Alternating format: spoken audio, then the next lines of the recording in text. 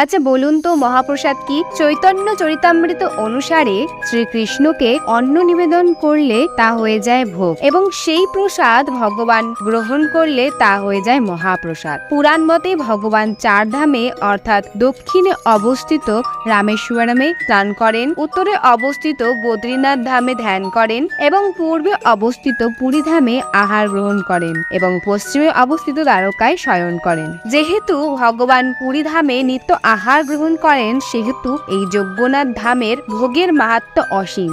এই পুরী ধামে ভগবানের নিত্য সেবার জন্য যে 56 ভোগে রান্না করা হয়, বলা হয়ে থাকে সেই ভোগ স্বয়ং মা লক্ষ্মী নিজ হাতে রান্না করেন, কারণ রান্না হওয়ার পর সেই খাবার থেকে কোনো সুগন্ধ আসে না। প্রসাদ হওয়ার পর সেই খাবার থেকে সুগন্ধ এবং স্বাদ পাওয়া যায়। এই রকম আরো আশ্চর্যজনক ঘটনা বা কাহিনী শোনার জন্য এখনই আমাদের চ্যানেলটি সাবস্ক্রাইব করে নিন।